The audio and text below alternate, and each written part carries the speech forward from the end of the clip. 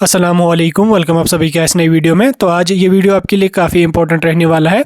इस वीडियो में हम बात करेंगे जेके बोपी बीएससी नर्सिंग पैरामेडिकल और टेक्नोलॉजी कोर्सेज का जो हमारा इंट्रेंस होता है 2024 का जो हमारा अपकमिंग इंट्रेंस है, हम इस वीडियो में उसी के बारे में बात करेंगे। अभी आपके पास काफ़ी टाइम है, तो हम बात करेंगे कि आप अपनी प्रिपरेशन कहाँ से स्टार्ट करेंगे, किन चीज़ों पर आपको ज़्यादा फोकस रखना है ताकि आपकी सिलेक्शन ईजिली हो जाएगी, और उसके साथ साथ टारगेट आपको कहाँ तक रखना है, मतलब कितना स्कोर आपको टारगेट रखना है ताकि आपको जो है वो गवर्नमेंट कॉलेज में वो एडमिशन हो जाएगा। तो वीडियो काफ़ी इंपॉर्टेंट है, वीडियो को पूरा एंड तक देख लेना, और उसके साथ साथ हमारा व्हाट्सअप या टेलीग्राम ग्रुप भी ज्वाइन कर देना। दोनों की लिंक आपको डिस्क्रिप्शन में मिल जाएगी। तो चलिए वीडियो को शुरू कर लेते हैं और देख लेते हैं यहाँ पे JK BOPEE BSc nursing entrance test for 2024। तो 2023 की हमारी प्रोसेस सारी की सारी कंप्लीट हो चुकी है। अब यहाँ पे बात आ जाती है 2024 की, जिसके एप्लीकेशन फॉर्म आपके मार्च या अप्रैल में आ जाएंगे। उसके बाद जून या जुलाई में आपका इंट्रेंस यहाँ पे हो जाएगा। इस बीच इस जो हमारा अपकमिंग इंट्रेंस है, इसमें आपने देखा ही कि एनसीईआरटी ने काफ़ी जो सिलेबस है उसको रेशनलाइज किया, और उसके साथ साथ जेके बोस ने भी वही जो एनसीईआरटी ने नया सिलेबस रिलीज़ किया उसी को उन्होंने भी हमारे बोर्ड एग्जाम्स जो जम्मू कश्मीर में होते हैं उन पे इम्प्लीमेंट वही वाला सिलेबस किया।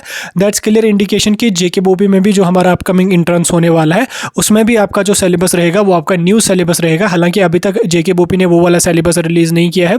जब आपके एप्लीकेशन फॉर्म आ जाएंगे उस टाइम आपका इन्फॉर्मेशन बुलेटिन आ जाएगा, तो उस टाइम आपका नया वाला सिलेबस आ जाएगा। लेकिन उससे पहले ही मैं आपको कुछ 5-7 दिनों में जो वो नया सिलेबस प्रोवाइड कर लूँगा। मैं आपका जो नया सिलेबस जेके बोस ने जारी किया है उससे वहाँ पे आपका जो वो नया सिलेबस प्रोवाइड कर लूँगा, आप टेंशन मत लो। तो चलिए अपने टॉपिक पे हम डिस्कस कर लेते हैं। तो देखिए, आप सभी को पता है कि इसमें हमारा जो पेपर होता है फिजिक्स केमिस्ट्री बायोलॉजी 11th और 12th की होती है। तो इसमें जो आपका मेन फोकस होना चाहिए वो आपका बायोलॉजी में होना चाहिए। 60 मार्क्स आपको हर जगह से आ जाएंगे। तो आपका जो मेन फोकस होना चाहिए वो आपका बायोलॉजी पे ही ज़्यादा होना चाहिए। बायोलॉजी के जितने पॉइंट्स हैं वो आपको 100 के 100% आने चाहिए। एक तो बायोलॉजी ईजी होता है, और उसके साथ साथ बायोलॉजी के अगर आपके जो वो 95 के प्लस, मतलब 95% के प्लस मार्क्स उसमें आ जाते हैं, तो दैट मीन्स कि आपकी जो है वो सिलेक्शन के मतलब आपका स्कोर जो एंट्रेंस में होगा वो अच्छा यहाँ पे आने वाला है। उसके बाद फिजिक्स केमिस्ट्री में भी आप अच्छा करेंगे इंशाल्लाह, वो तो मसला कुछ है नहीं। लेकिन जो आपकी बायोलॉजी है उस पर आपको पूरा का पूरा फोकस रखना है। उसमें आपको 95% की प्लस जो वो स्कोर आना चाहिए। उसके बाद फिर अगर आपको 80% जो है वो आपका फिजिक्स में आता है, 80% केमिस्ट्री में आता है, ये 80% केमिस्ट्री में आता है, 70% के आसपास भी अगर आपका फिजिक्स में आता है, क्योंकि फिजिक्स का जो पेपर होता है वो थोड़ा सा डिफिकल्ट लेवल का आ जाता है। ठीक, वो डिफिकल्ट थोड़ा सा आ जाता है, तो इसलिए उसमें अगर आपका थोड़ा सा स्कोर कम भी जाएगा, 70% के आसपास भी, 60 मार्क्स के हिसाब से मैं आपको बोल रहा, अगर वो आपका 70% के आसपास भी आ जाता है तो भी आपका स्कोर जो होगा वो अच्छा यहाँ पे रहेगा। देखिए, कंपटीशन काफ़ी ज़्यादा होता है। आपका स्कोर अगर अच्छा होगा तब जाके आपको अच्छा कॉलेज मिलेगा। ऐसा नहीं कि अगर आप 6 महीने 7 महीने 8 महीने प्रिपरेशन कर रहे हैं, एट द एंड आपको फिर उसी प्राइवेट कॉलेज में जाना पड़े 30 मार्क्स लेके या 20 मार्क्स लेके, उसका तो कोई फ़ायदा है नहीं। वो आप ऐसे भी जा सकते हैं, पढ़ो ही मत, लास्ट के 10 दिनों में पढ़ोगे तो प्राइवेट कॉलेज आप इजीली यहाँ पे ले सकते हैं। लेकिन बात होती है गवर्नमेंट कॉलेज की, जैसे स्कीम्स हो रहा है, जीएमसी श्रीनगर है, जीएमसी बारामूला है, जीएमसी जम्मू है, इन टॉप कॉलेजेस की बात होती है। तो इनमें आपका पहला फोकस होना चाहिए। सबसे पहले SKIMS, then GMC Srinagar, Baramulla, then उसके बाद जम्मू, अनंतनाग वगैरह जो भी है उन पे आपका फोकस होना चाहिए, तब जाके आपकी यहाँ पे सिलेक्शन हो सकती है। अब देखिए, यहाँ तक तो आपको समझ आ गया। अब यहाँ पे हम बात करेंगे कि आप लोग जो वो स्टार्ट कहाँ से करना है। तो देखिए, स्टार्ट करने के लिए आपको जो वो मार्केट में काफ़ी MCQ बुक्स भी आ जाएंगे, लेकिन वो बुक्स पढ़ के आप एंट्रेंस क्वालिफाई नहीं करोगे, अच्छे मार्क्स नहीं लाओगे। हाँ, 30-40 तो स्कोर आ ही जाएगा उनको पढ़ के, लेकिन अच्छा स्कोर नहीं आएगा, अच्छा कॉलेज उनसे नहीं भाई, क्योंकि वो उतना इंपॉर्टेंट होता नहीं, क्योंकि पेपर जो आपका पूरा सिलेबस के अकॉर्डिंग आता है। इसलिए आपको जो बुक्स पढ़नी है, आप एनसीईआरटी बुक्स जो है उनको पढ़िए। बाकी फिर उसके साथ साथ आपकी MCQ बुक्स भी आती है। मैं आपको चैप्टर वाइज MCQs वाली बुक मेरे पास है फिजिक्स केमिस्ट्री बायोलॉजी की, मैं आपको प्रोवाइड कर लूँगा।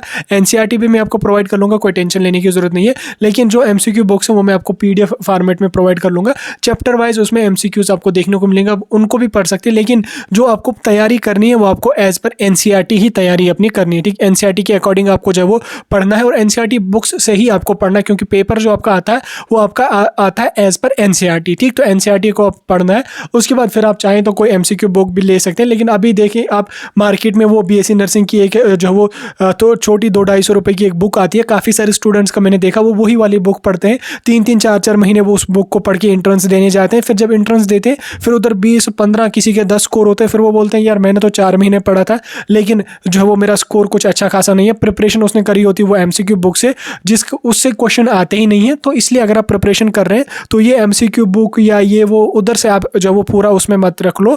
आप जो है वो एनसीईआरटी बुक्स से प्रिपरेशन अपनी कर लो। फिर उसके बाद अपनी नॉलेज को बूस्ट करने के लिए आप एमसीक्यू बुक्स भी पढ़ सकते हैं, या बहुत सारी एमसीक्यू बुक्स आती हैं। बीएससी नर्सिंग के एंट्रेंस की भी एमसीक्यू बुक्स काफ़ी मार्केट में है, आप उनको भी यहाँ पे ले सकते हैं। या कई जो कोचिंग सेंटर्स हैं वो आपको इंपॉर्टेंट क्वेश्चंस प्रोवाइड कर ले, उनको भी आप पढ़ सकते हैं। लेकिन मेन फोकस आपका जो होना चाहिए वो आपका एनसीईआरटी पे ही होना चाहिए, ठीक है। अब आप मुझे बोलोगे कि हमें बता दो इंपॉर्टेंट क्वेश्चंस, हम वो पढ़ के एंट्रेंस दें। देखिए यार मैं क्या इंपॉर्टेंट क्वेश्चंस बताऊंगा, ये आपका सिलेबस और नीट का सिलेबस सेम है, ठीक। तो इसलिए आप एनसीईआरटी बुक्स को पढ़ लो, उसी के अकॉर्डिंग आपका पेपर आ जाएगा। बाकी फिर आप मार्केट से ले सकते हैं एमसीक्यू बुक्स भी, और मैं आपको free of cost PDF provide कर लूँगा तीनों बुक्स की।